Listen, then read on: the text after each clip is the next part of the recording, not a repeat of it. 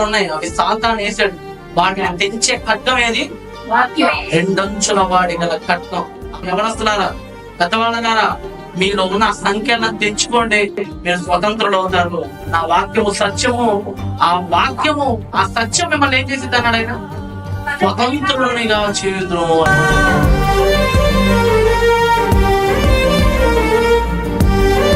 యవనస్తుల కొరత, యవనస్తులైన వారు లేరు, దారి తప్పిపోయారు.